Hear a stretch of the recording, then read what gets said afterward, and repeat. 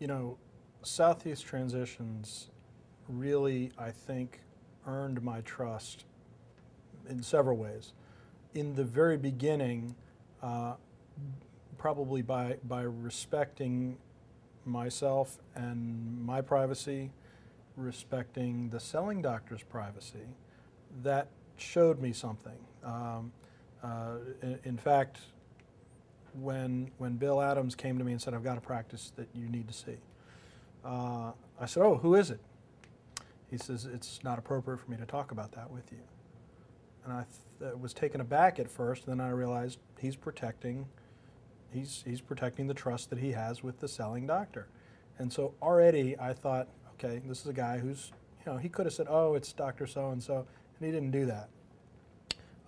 So that was early on in the game. I think later on, actually at the closing table, we had one hiccup.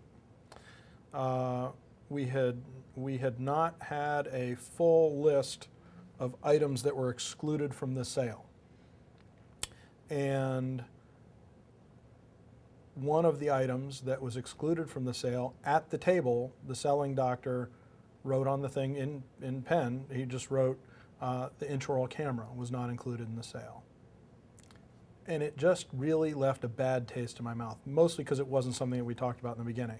We're talking about a $1,000 item, it's not a big deal, but because of how it happened, it really kind of irked me a little bit. And to show how much they had invested in this and the trust that everybody had at that point, basically they said, "Don't worry about it, we'll get you a camera." And they bought me a camera, which was above and beyond, and it absolutely made it okay. Like, then it wasn't a problem. The selling doctor can keep his camera, I got a new one. And they didn't have to do that. Certainly it wasn't going to mean the deal was going to die if I wasn't going to say forget it. I guess we could have taken $1,000 off of the price or something, but at that point it was like a done deal, and I thought that was kind of neat. So continued that level of trust at that point, or built it even higher. And the bottom line is, when you talk about having trust, and so although they were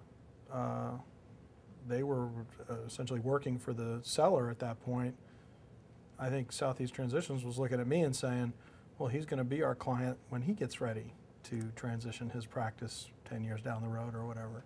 And so I've stayed in close contact with those guys.